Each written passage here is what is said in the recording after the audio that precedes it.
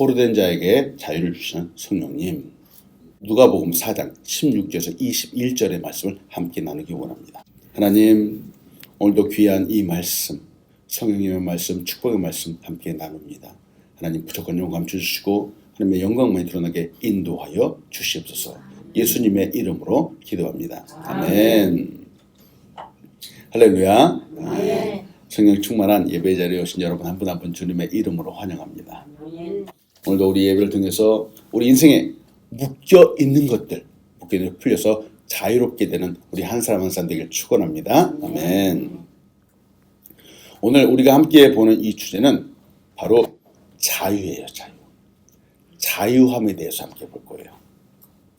자, 여러분, 이 자유라고 하는 이 단어를 우리 한국 민족은 조금 특별하게 봅니다. 왜냐? 우리 대한민국은 과거 일본에 의해서 지배를 당했던 적이 있었던 나라입니다. 그렇죠? 우리 한민족이 그렇죠?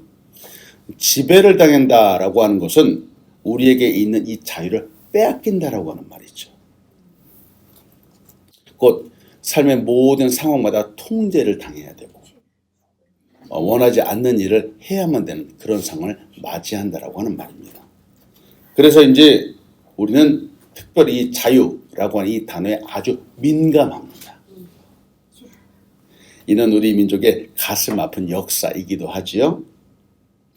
놀라운 것은 저도 이제 과거에 이제 역사도 공부를 하고 봤는데 우리 한국 사람들이 그 억압 가운데서 그냥 살지 않았다라고 하는 거예요. 그래서 한국 사람들이 대단하다라고 하는 겁니다.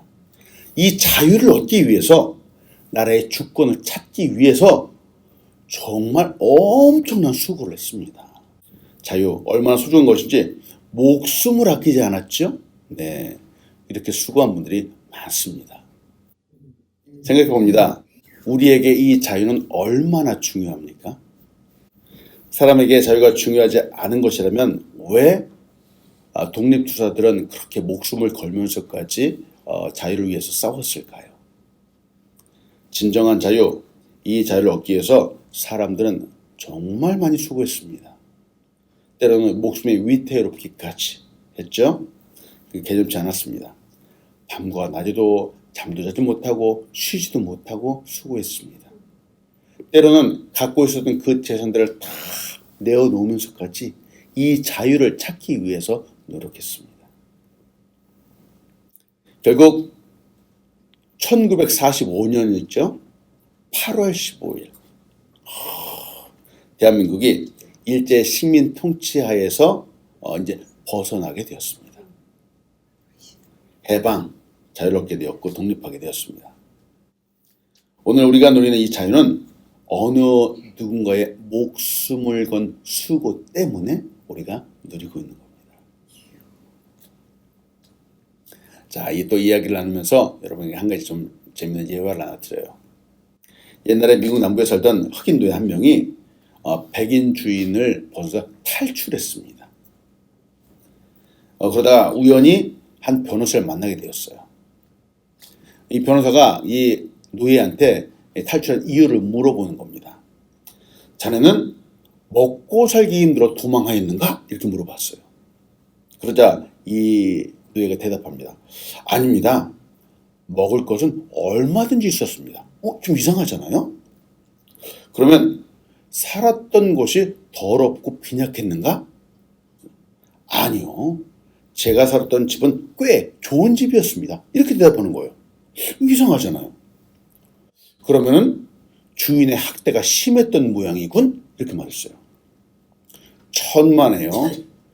주인의 학대는 없었습니다. 나름대로 잘 대해주었습니다. 이상하잖아요. 그럼 이 일이 아주 몹시 고됐었군? 아닙니다. 일하는 양도 그렇게 많지 않았습니다. 아니, 그렇다면 그 좋은 환경을 버리고 왜 도망하였는가?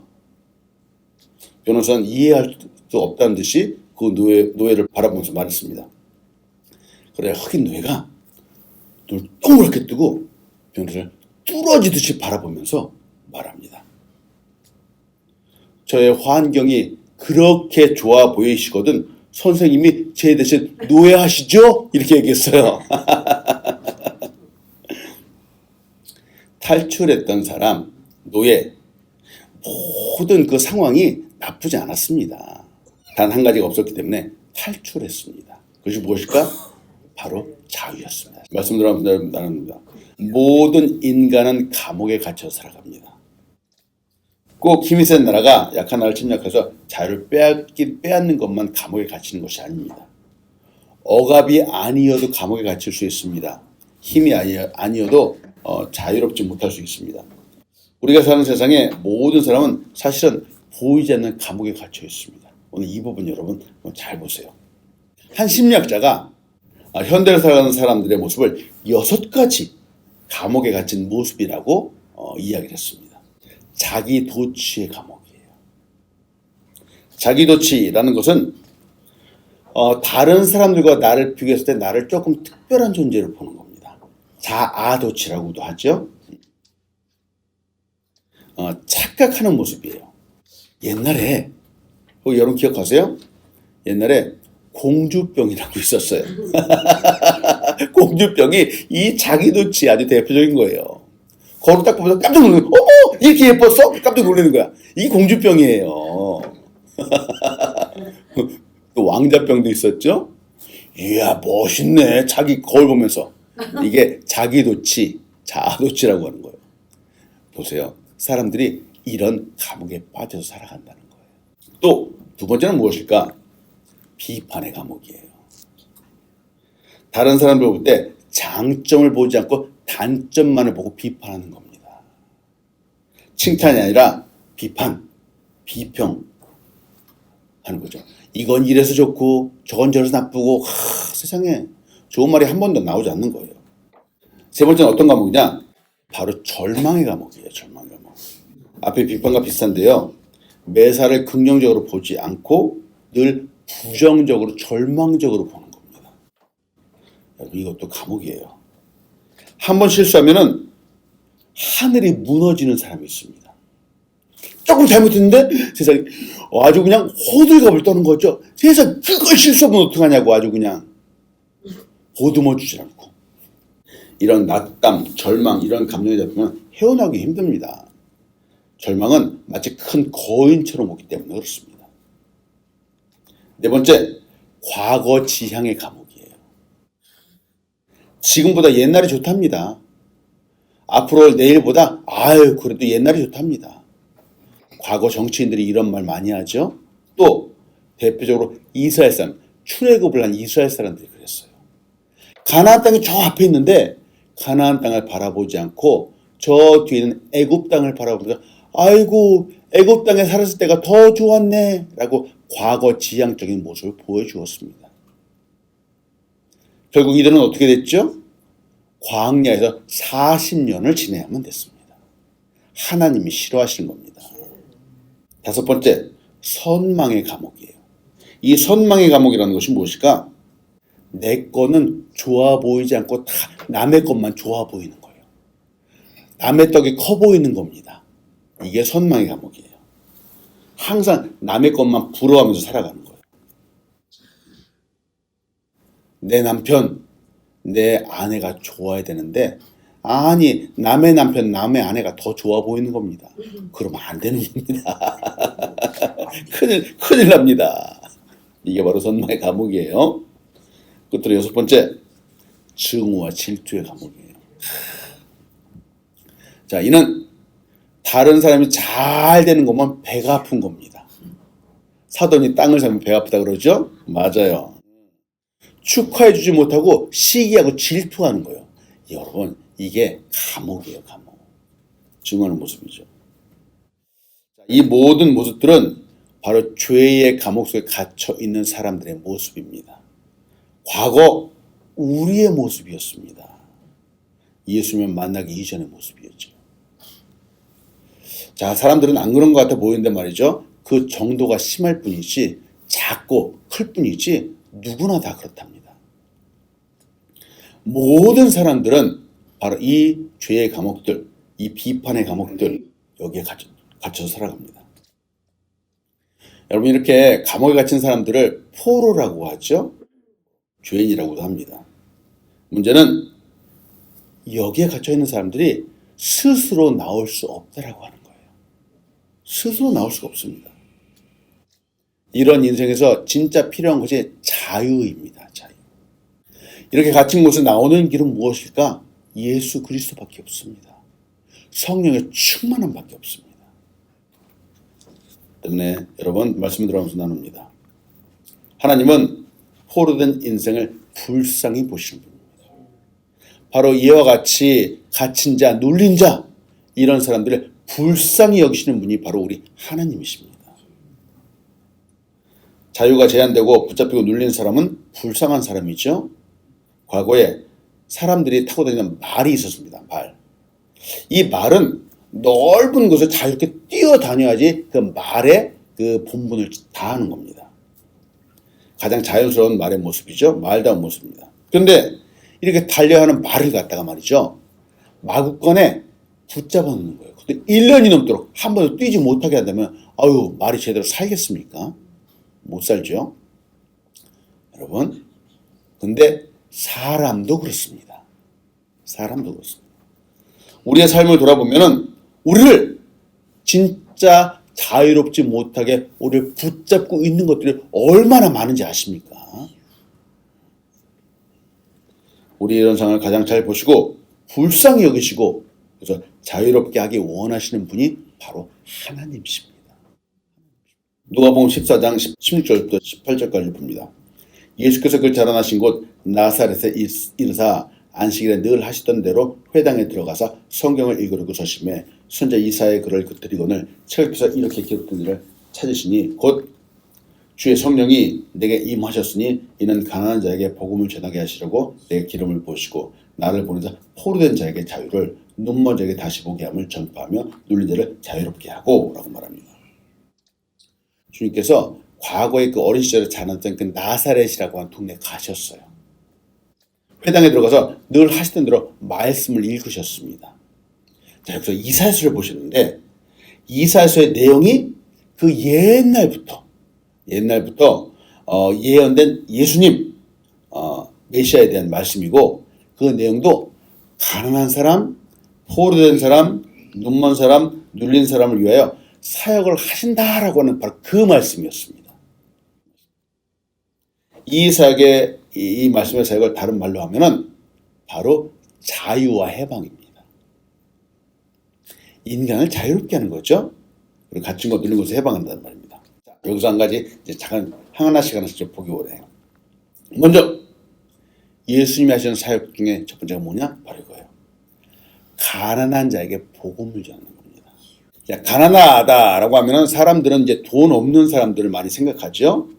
근데 성경이 말하는 가난한 사람들은 조금 다릅니다. 마음이 가난한 사람이에요. 마음이 가난한 사람. 희망을 잃어버리기도 하고 기쁨도 사라졌으며 그 마음에 평안이 없는 사람을 말합니다. 심적으로 정서적으로 고통당하는 사람들. 바로 이런 사람들이 마음이 가난한 사람들이죠. 이런 마음이 가난한 사람에게 가장 필요한 것이 오늘 성경은 뭐라고 말합니까? 바로 복음이랍니다. 예수의 십자가의 이야기, 바로 이것이 심령이 가난한 사람에게 가장 필요한 말씀이라는 거예요. 나를 사랑하신다는 이야기, 나를 위해서 십자가의 목숨을 버리셨다는 그 이야기, 이것이 바로 심령이 가난한 사람들에게 가장 필요한 말씀이라는 거예요. 복음, 여러분, 이 심령이 가난한 사람에게 예수님의 이야기보다 복된 소식은 없습니다. 자, 그리고 실제로도 물질이 없어 가난한 사람도 있겠죠. 굶주린 사람, 먹을 것이 없는 사람도 있습니다. 여러분, 오병이어의 사건 기억하시죠? 하나님은, 예수님은 우리 사람들의 육체의 배고픔을 그냥 버리지 않으셨어요. 육체의 배고픔을 아시고 오병이어의 사건을 통해서 먹을 것도 주셨습니다. 저는 예수 믿고 가난에서 벗어나게 된 사람들을 많이 보았습니다. 물론 어느 날 갑자기 이분들이 큰 부자가 된 것이 아니었어요. 예수 믿고 나서. 근데 늘 주님을 의지하는 그 마음 때문에 첫 번째는 마음이 점점 부유해지는 거예요. 그러면서 그들의 삶이 조금씩 풍성해지는 거예요. 예수 믿으면 정말 잘 살게 됩니다. 아멘. 이것은 바로 성령의 역사이기 때문에 그렇습니다. 두 번째, 포로된 자에게 자유를 주시는 거예요. 여기서 포로는 바로 죄악에 잡혀 있는 모습을 말하는 거죠. 여러분, 우리 나는 아니라고 하지만 나도 모르게 아까 앞에서 보았죠. 감옥에 갇혀 사는 사람들이 많습니다. 자기도취, 공주병, 비판, 절망 등 이런 감옥들 말이죠. 미움, 분노, 불안, 우울함 이런 것들 우리 사람들에게 늘 일상적으로 있는 모습이기도 하죠. 근데 여러분, 이 모든 것들이 사실은 죄의 결과입니다. 죄로 인해서 이런 부정적인 모습들에 잡혀 살죠. 마치 포로가 된 모습처럼 말이죠.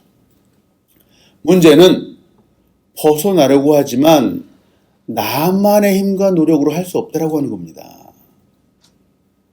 어느 날 기분이 좋아지지만 이내 그 다음날은 또 기분이 꿀꿀해지지요. 오직 예수 그리스도만이 우리에게 진정한 참 자유를 주실 수 있습니다. 예수님. 그리고 또 세 번째는 뭘까? 눈먼 자에게 다시 보게 함이라는 거예요. 눈이 멀어서 보지 못한 사람은 실제로 앞을 보지 못한 사람은 아닐 겁니다. 세상의 욕심, 세상의 다른 관점 때문에 그 눈이 가려져서 진정한 거룩함을 보지 못하는 사람이 바로 눈먼 사람이라고 하는 거예요. 하늘의 것을 볼 수 없는 사람을 말합니다. 어느 목사님이 설교를 했어요. 믿음의 관점에 대해서 열심히 설교를 했어요. 그리고 설교의 마지막에 막 결론을 말하려고 했어요. 근데 하필이면 그 설교 시간에 불신자들도 와서 딱 앉아 있었어요. 설교를 막 마무리하려고 했는데 갑자기 불신자가 딱 벌떡 일어나지만 앞으로 더욱더 걸어 나오는 겁니다. 그러면서 목사님한테 얘기하는 거예요. 어이 목사 양반, 나는 천국도 믿지 않고 지옥도 믿지 않소. 하나님과 그리스도 믿지 않소. 왜냐면 나는 그런 것들 본 적이 없기 때문이요. 딱 말했어요. 그러자 그 옆에서 까만색 안경을 낀 앞을 보지 못하는 분이 벌떡 일어났어요. 그러면서 이렇게 말하는 겁니다. 이 부에는 큰 강이 흐르고 있습니다. 근데 저는 믿지 않습니다. 여기에는 사람들이 많이 있습니다. 저는 믿지 않습니다. 왜냐하면 저는 그들을 본 적이 없기 때문입니다. 이렇게 얘기했어요. 아이고. 그러니까 불자가 이제 깨달았어요. 보지 않고도 믿을 수 있구나. 그래서 이 불자는 더 이상 아무 말도 못했답니다. 보세요. 눈먼 자. 진짜 눈먼 자가 누구입니까? 영적으로 눈먼 사람들은 아무것도 볼 수 없습니다. 성경은 말하잖아요. 고린도서 2장 14절이에요. 육에 속한 사람은 하나님의 성령의 일들을 받지 아니하나니 이는 그것들이 그에게 어리석게 보이며 또 그는 그것들을 알 수 없나니 그러한 일은 영적으로 분별되기 때문이라 라고 말합니다. 네.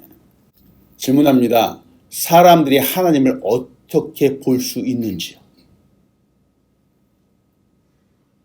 우리는 하나님을 어떻게 볼 수 있죠? 하나님께서 창조하신 자연 만물을 통해서 하나님을 볼 수 있는 겁니다.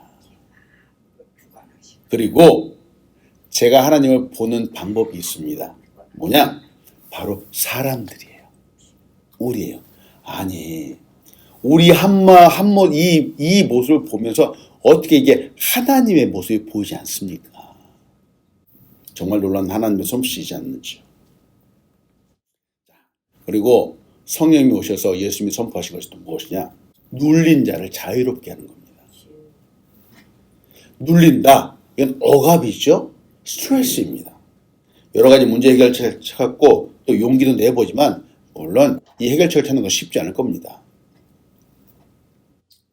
워싱턴 한 박물관에 가면은 링컨 대통령이 늘 보는 성경책이 보관되어 있답니다. 근데 그 성경책의 한 부분에는 링컨 대통령의 손가락 자국이 유난히 짙게 묻어있는 부분이 있답니다. 왜 성경책에 이상하게 손가락에 이 지문이 이 손때가 굳게 묻어있을까 하고 거기 보면 펴보면은 그게 바로 시편 34편 4절이랍니다. 내가 여호와께 간구하며 내게 응답하시고 내 모든 두려움에서 나를 건지셨도다. 바로 이 부분에 이 링컨 대통령 손때가 아주 진하게 묻어있다는 거예요. 링컨 대통령 남북전쟁 때 대통령이었죠. 그 어느 누구보다도 압박과 스트레스가 컸을 겁니다. 그러나 링컨 대통령은 그 눌린 가운데서 그 어느 누구보다도 말씀을 의지하고 하나님을 의지했던 사람입니다. 진짜 그 많은 스트레스 가운데서도 진정한 자유를 누리지 않았을까요? 여러분 보십시오. 이런 모습, 가난한 모습, 포로되기도 했던 모습, 눈멀어 볼 수 없으며 눌려있는 이런 모습들, 이런 우리의 모습을 누가 가장 정확하게 보는지요? 아마 우리 자신도 우리 스스로를 이렇게 정확하게 보지 못할 겁니다. 우리의 모습을 바로 하나님이 보고 계세요. 하나님이 보고 계세요. 그래서 말씀을 통해 오래전서부터 예언하신 겁니다. 너희 눌린 사람들을 해방하고 자유롭게 하는 메시아가 올 것이다라고 예언하신 거예요. 성령을 주신다라고 했습니다. 여기 갇혀있는 우리를 자유롭게 하신다라고 했습니다. 그래서 바로 예수님이 선포하는 겁니다. 두 번째, 우리를 자유하게 하시면 바로 성령님의 역사하심입니다. 사람에게 진정으로 필요한 것은 바로 자유입니다.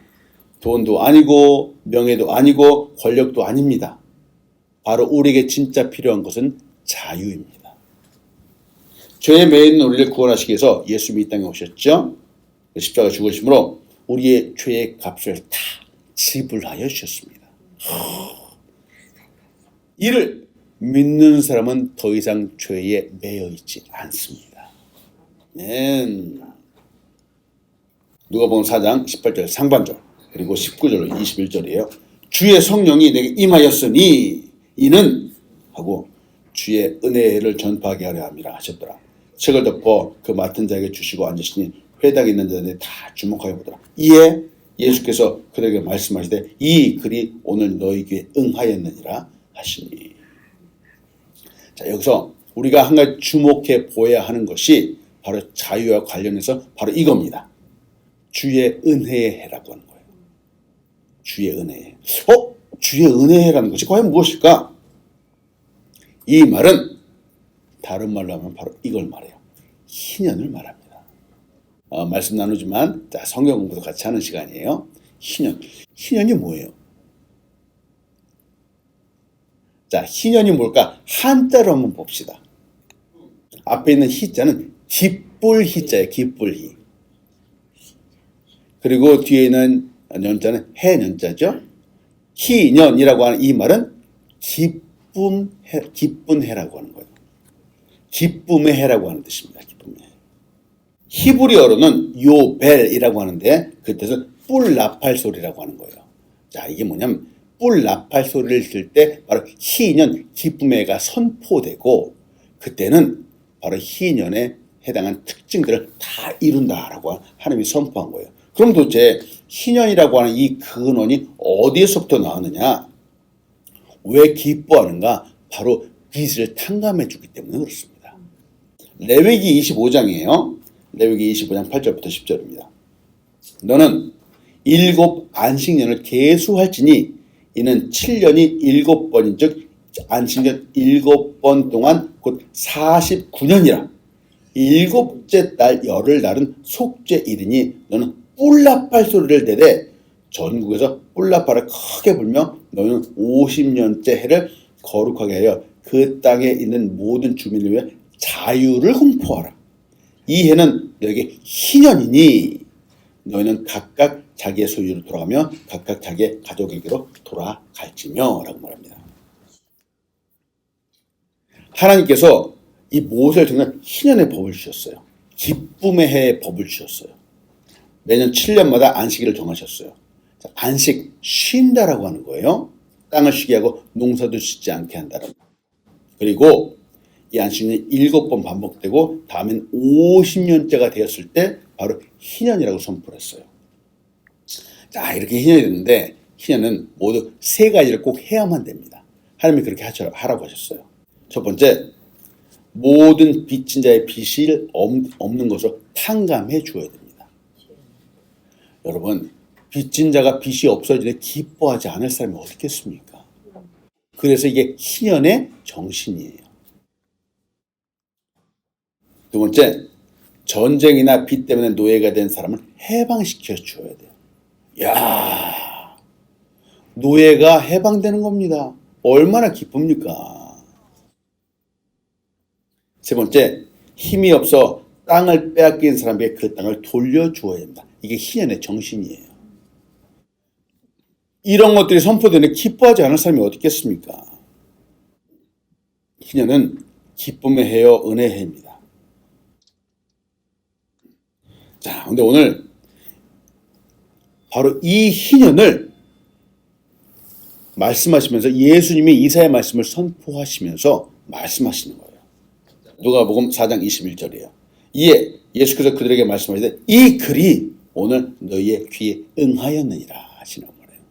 자, 이 말은 내가 바로 이 예언서 이사야서에 기록된 메시아다. 이 말씀을 이루게 하기 위해서 온 메시아다라고 하는 선포라는 거예요. 예수님이 바로 눌린 자, 억울한 자, 빚진 자를 모두 자유하기 위해서 오신 메시아라고 하는 겁니다. 여러분, 질문합니다. 예수 그리스도를 메시아로 믿으십니까? 아멘. 맞습니다. 그렇다면 이 말씀대로 우리에게도 참 자유가 있음을 믿으시기 바랍니다. 아멘. 이제 더 이상 죄의 종이 아닙니다. 과거에 예수 몰랐을 때는 죄의 종이었을지 모르지만 예수를 구주로 믿는 사람은 더 이상 죄의 종이 아니죠. 자유함을 얻은 하나님의 자녀이고 구원받은 사람입니다. 이 희년의 정신은 기쁨이에요. 참 자유죠. 자, 풀어주고 놓아주고 자유를 주시기에 기뻐하는 건데, 자, 예수님이 이 말씀을 선포했는데 보세요. 예수님이 이 말씀을 선포할 수 있었던 이유는 바로 성령님이 예수님에게 임하셨기 때문이에요. 예언대로 말씀대로 예수님이 오셨고 또 말씀대로 성령님이 임하여 주셨고 그리고 말씀대로 자유함을 얻게 되었습니다. 조이스 마이어가 이렇게 얘기해요. 말씀 안에서 주의 영광을 보게 되며 모든 속박에서 벗어나게 하는 것이 성령의 사역이다 라고 말합니다. 예수님은 항상 성령의 인도하심을 받으셨습니다. 이 땅에 계셨을 때. 그리고 처음에 예수님이 이 땅에 오셨을 때 성령으로 잉태되었죠. 그리고 공생의 사역을 시작하셨을 때 세례 받으셨을 때 성령의 비둘기처럼 하늘에서부터 임하셨습니다. 그러면서 그때부터 사역을 시작하셨죠. 그리고 또한 예수님 성령의 충만을 받아서 광야에서 40일 동안 시험도 받으셨습니다. 예수님께서 능력이 없었기 때문에 성령님을 의지했던 것이 아니었어요. 하나님의 사역하신 원리이기 때문에 예수님이 늘 성령과 같이 동행하셨어요. 같이 함께 역사하셨어요. 육신의 몸을 입으신 예수님은 언제나 성령과 함께 동행하셨고 성령의 충만함을 받으셨습니다. 그렇다면 이제 우리는 더더욱 성령의 충만함을 받아야만 됩니다. 아멘. 성령님이 없으면 우리는 한순간도 바로 살 수 없습니다. 자유할 수 없죠. 자, 말씀했습니다. 성령의 충만함으로 우리 받은 자유를 이제 전파하는 우리 한 사람 한 사람 되게 가지고 축원합니다. 교회는 마음, 심령이 가난한 사람들이 모이는 곳입니다. 그렇죠? 우리가 교회에 오게 된 이유는 사실 우리의 마음이 가난했기 때문인 거예요. 교회는 포로 되었던 사람들, 묶여있던 사람들이 오는 곳입니다. 교회는 눈 멀었던 사람들이 예수 그리스도의 십자가 때문에 다시 보게 되어서 오게 되는 곳입니다. 교회는 눌렸던 사람들이 자유함을 얻고 모이는 곳입니다. 이렇게 모인 사람들이 이제는 성령이기 때문에 진정한 자유함을 누리는 겁니다. 해방된 기쁨 가운데 즐거워해야 되죠. 그리고 이제 우리에게 맡긴 사명은 이 은혜를 전하는 것입니다. 항상 기뻐하라. 쉬지 말고 기도하라. 범사에 감사하라. 하나님이 괜히 말씀하신 것이 아니죠. 바로 성령님 때문에 진정한 자유를 얻은 사람들이 바로 해야 되는 거예요. 그리고 이 사랑을 전하는 것입니다. 참 자유, 진정한 자유를 전하는 우리 한 사람 한 사람 되게 간절히 축원합니다. 아멘. 기도하겠습니다. 하나님, 오늘도 귀한 말씀 나누었습니다. 우리에게 참 자유를 주신 성령님, 이 성령님을 의지하여서 오늘도 우리의 발걸음마다 기쁨을 선포하며 참 자유롭게 살아가는 우리 사람들 될 수 있도록, 자녀될 수 있도록 인도하여 주시옵소서. 예수님의 이름으로 기도합니다. 아멘.